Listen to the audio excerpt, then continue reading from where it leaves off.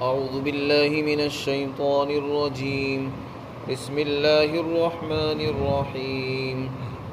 أفمن وعدناه وعدا حسنا فهو لاقيه كمن متعناه متاع الحياة الدنيا ثم هو يوم القيامة من المحضرين. ويوم يناديهم فيقول أين شركائي الذين كنتم تزعمون قال الذين حق عليهم القول ربنا هؤلاء الذين أغويناهم كما غوينا تبرأنا إليك ما كانوا إيانا يعبدون. وقيل ادعوا شركاءكم فدعوهم فلم يستجيبوا لهم ورأوا العذاب لو أنهم كانوا يهتدون. ويوم يناديهم فيقول ماذا أجبتم المرسلين فعميت عليهم الأنباء يومئذ فهم لا يتساءلون. فأما من تاب وآمن وعمل صالحا فعسى أن يكون من المفلحين. بھلا بتاؤ جس شخص سے ہم نے اچھا وعدہ کر رکھا ہے اور پھر وہ اس وعدے کو پا کر رہے گا، کیا وہ اس شخص کی طرح ہو سکتا ہے جس کو ہم نے دنیاوی زندگی کی پونجی بطور مزے کے دے رکھی ہے، اور پھر وہ قیامت کے دن ان لوگوں میں شامل ہوگا جو دھر لیے جائیں گے، یعنی گرفتار کر کے لائے جائیں گے۔ اور اس دن کو یاد رکھو اور اس سے ڈرو جس دن اللہ ان کو پکارے گا اور کہے گا کہ میرے وہ شریک کہاں ہیں جن کو تم میرا شریک گمان کیا کرتے تھے، اور وہ لوگ کہیں گے جن کے خلاف اللہ کی بات پوری ہو چکی ہوگی، یعنی عذاب کی بات ان کے اوپر ثابت ہو چکی ہوگی، وہ کہیں گے اے ہمارے پروردگار، ان کو ہم نے گمراہ کیا ہے اور ہم نے ان کو ایسے ہی گمراہ کیا جیسے ہم خود گمراہ ہو گئے، اور آج ہم آپ کے سامنے ان سے برات ظاہر کرتے ہیں۔ حقیقت یہ ہے کہ یہ ہماری عبادت نہیں کرتے تھے، اور کہا جائے گا ان کافروں سے کہ تم اپنے شریکوں کو بلاؤ جن کو تم خدا کا شریک کہا کرتے تھے، چنانچہ وہ ان کو بلائیں گے، پکاریں گے، لیکن وہ ان کی بات کا کوئی جواب نہیں دیں گے، اور وہ عذاب کو اپنی آنکھوں سے دیکھ لیں گے، اور اس وقت یہ تمنا ہوگی کاش وہ ہدایت قبول کر لیتے۔ اور اس دن کو یاد کرو جس دن اللہ ان سے پکارے گا اور یہ کہے گا کہ تم نے رسولوں کو کیا جواب دیا، تو اس وقت ان کے اوپر ساری باتیں جو بنایا کرتے تھے گم ہو چکی ہوں گی اس دن، اور وہ آپس میں پوچھ بھی نہیں سکیں گے۔ ہاں، جس شخص نے توبہ کر لی اور ایمان قبول کیا اور اعمال صالحہ نیک عمل کیے تو اس کے بارے میں پوری امید ہے کہ وہ کامیاب لوگوں میں شامل ہو جائے گا۔ سب سے پہلے اللہ رب العزت نے مومن اور کافر کا فرق بیان کیا آخرت کے انجام کے اعتبار سے۔ دنیا میں ہر انسان کھاتا ہے، پیتا بھی ہے اور رہتا بھی ہے۔ دنیا میں کھانے میں، پینے میں سب شریک ہیں، اور دیکھنے میں بلکہ ایسا معلوم ہوتا ہے کہ سب ایک جیسے ہی ہیں۔ ہم میں اور کافروں میں فرق نہیں، بلکہ کافر ہم سے زیادہ اچھا کھاتے ہیں، ہم سے اچھی طرح رہتے ہیں، تو اس سے دھوکہ لگتا ہے انسان۔ لیکن حقیقت یہ ہے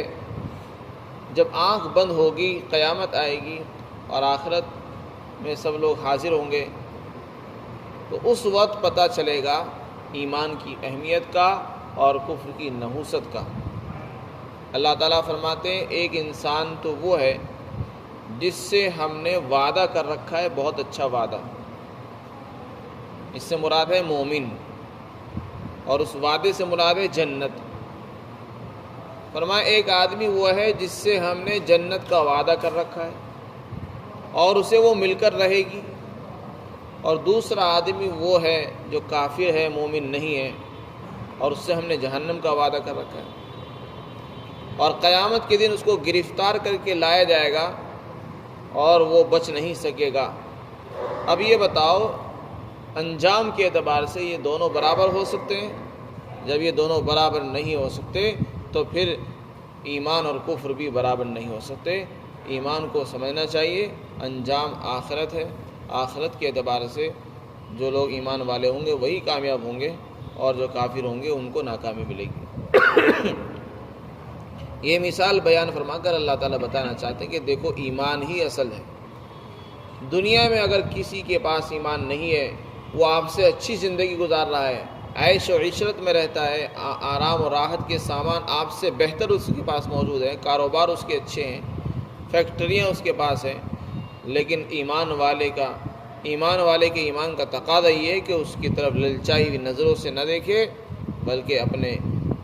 دی ہوئی اللہ کی دولت پر یقین رکھے۔ اللہ نے ہمیں جو دولت دی ہے وہ ان کو نہیں دی، اگر انہیں ساری زمین کے خزانے بھی دے دیے جائیں تب بھی وہ ایمان کے برابر نہیں ہو سکتے۔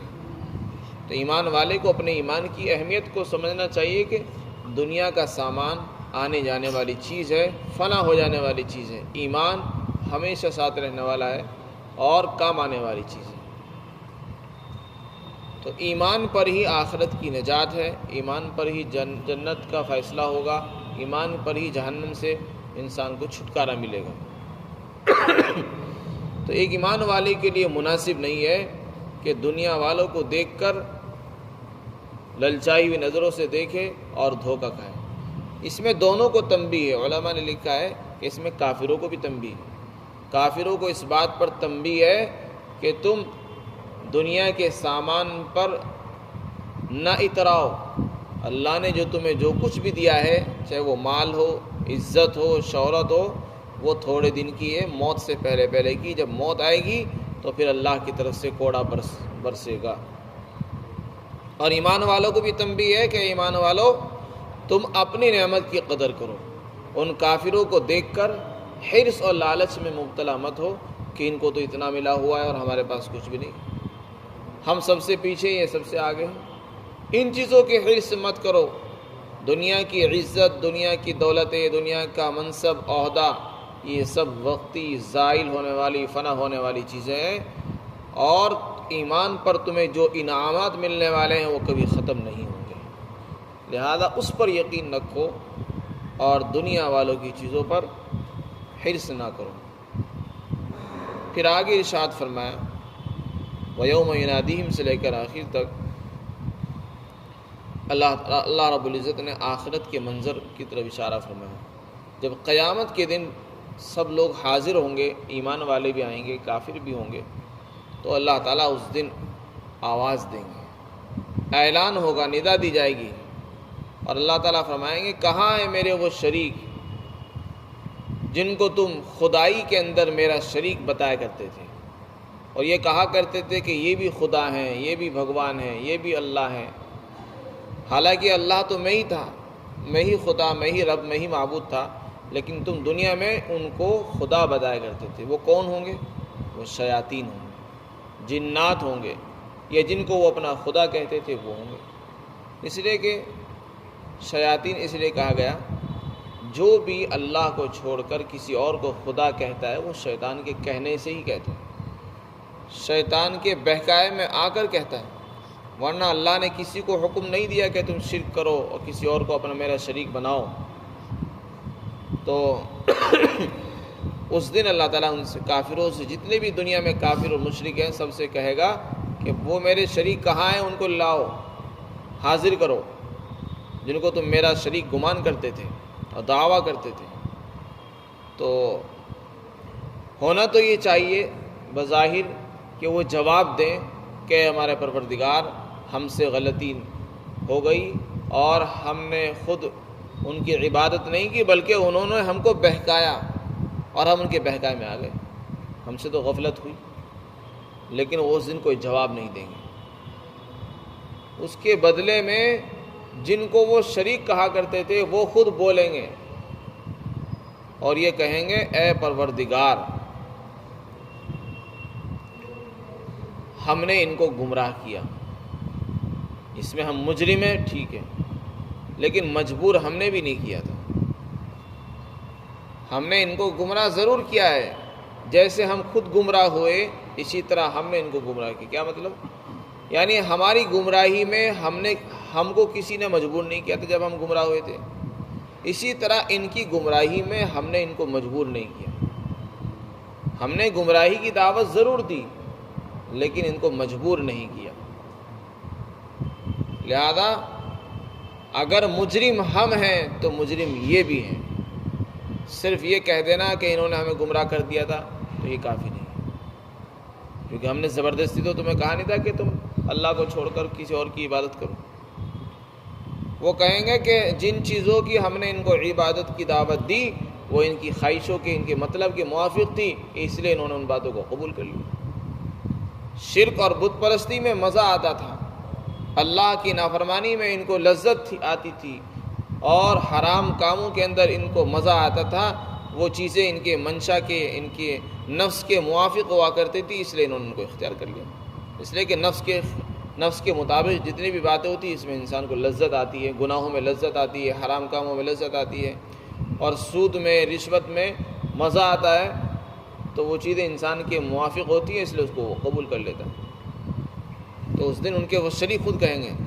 کہ ہم اگر ہمارا جرم ہے، اور ہم مانتے ہیں کہ ہمارا جرم ہے کہ ہم نے ان کو گمراہی کی دعوت دی، لیکن یہ بھی مجرم ہے، بے قصور یہ بھی نہیں ہے، اس لیے کہ جیسے ہم نے ان کو گمراہی کی دعوت دی، انبیاء کرام نے ان کو حق کی بھی تو دعوت دی تھی، تو انہوں نے ان کی دعوت کو کیوں قبول نہیں کیا؟ ان کو تو اختیار تھا، کسی کی بھی دعوت کو قبول کر سکتے تھے، کسی کی بات کو مان سکتے تھے۔ انبیاء کی بات کو ٹھکرا دیا تھا، ہماری بات کو انہوں نے قبول کر لیا، مجبور ہم نے نہیں کیا۔ لہذا یہ بھی خود ذمہ دار ہیں اپنی گمراہی کے، اور بلکہ آگے وہ کہیں گے کہ اے پروردگار ہم ان سے بیزاری کا اظہار کرتے ہیں، ہم ان سے بیزار ہیں، یہ ہماری عبادت نہیں کرتے تھے، یہ تو اپنی منشا پر چل رہے تھے، اپنی خواہش کے مطابق کام کرتے تھے، ان کی لذت اس میں شامل تھی، ان کی منشا شامل تھی، ہماری عبادت نہیں کرتے تھے، یہ اپنی مرضی سے آئے، اپنی مرضی سے انہوں نے بتوں کی عبادت کی ہے۔ اس دن جتنے بھی شیطان ہوں گے، جتنے بھی معبود ہوں گے، شیطان بھی اس دن بیزاری ظاہر کر دے گا کہ میں نے ان کو کبھی نہیں کہا تھا کہ گمراہ ہو جائیے، اور میں نے کسی کو مجبور نہیں کیا تھا، یہ تو اپنے مرضی سے گمراہ ہوئے۔ شیطان بھی اس دن پلہ جھاڑ لے گا۔ وقیل ادعوا شرکاءکم، اور پھر ان سے شریکوں سے کہا جائے گا چلو اپنے بلاؤ ان شریکوں کو جن کو تم خدا کا شریک کہا کرتے تھے، یہ کہا کرتے تھے کہ ہماری سفارش کریں گے، ہمیں نجات دلائیں گے، اور ہمارا کام کروائیں گے، اور یہ کروائیں گے،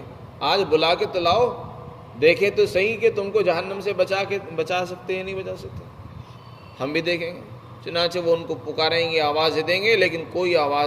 جواب نہیں دے سکیں گے، اس لیے کہ وہ خود عذاب کے مستحق ہو چکے ہوں گے۔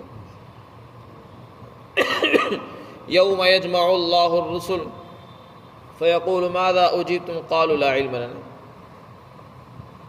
فلم یستجیبوا لهم، کوئی جواب نہیں دے سکیں گے۔ آگے اللہ تعالیٰ فرماتے ہیں وہ اپنی آنکھوں سے عذاب کو دیکھ رہے ہوں گے، یہ مشرک بھی، اور وہ ان کے معبود جن کو یہ خدا کا شریک کہا کرتے تھے، خدائی میں شریک مانتے تھے، وہ بھی اپنی آنکھوں سے عذاب کو دیکھ لیں گے، پھر کسی کی مجال نہیں ہوگی کہ جواب بھی دے سکیں۔ پھر اس وقت تمنا ہوگی کاش ہم دنیا میں ہدایت قبول کر لیتے، لیکن اس وقت کی تمنا مفید نہیں ہوگی، بے سود ہو جائے گی۔ یہ جملہ ان کی طرف سے نہیں ہوگا، اللہ کی طرف سے، کاش وہ ہدایت قبول کر لیتے۔ اسی طرح اس دن اللہ کی طرف سے یہ بھی اعلان ہوگا کہ اے کافرو، جب تمہارے پاس ہمارے رسول آئے، اللہ کا پیغام لے کر آئے تھے، تو تم نے کیا جواب دیا تھا رسولوں؟ تو اس وقت وہ کوئی جواب نہیں دے سکیں، خاموش رہیں گے۔ بعض مفسرین نے فرمایا کہ یہ انبیاء کے بارے میں ہوگا،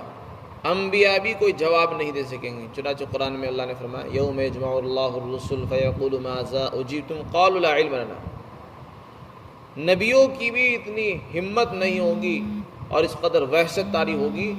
کہ وہ بھی جواب نہیں دے سکیں گے، اور یہ کہہ دیں گے ہمیں کچھ نہیں پتہ، ہمیں کوئی علم نہیں ہے، آپ جانتے ہیں زیادہ، غیب کا علم آپ کو تھا، آپ کو معلوم ہے کہ انہوں نے ہم کو کیا جواب دیا۔ تو جب نبی کا یہ حال ہوگا تو کافر مشرک کی کیا ہمت ہو جائے گی کہ وہ جواب دے دیں۔ تو اس وقت اس دن کی وحشت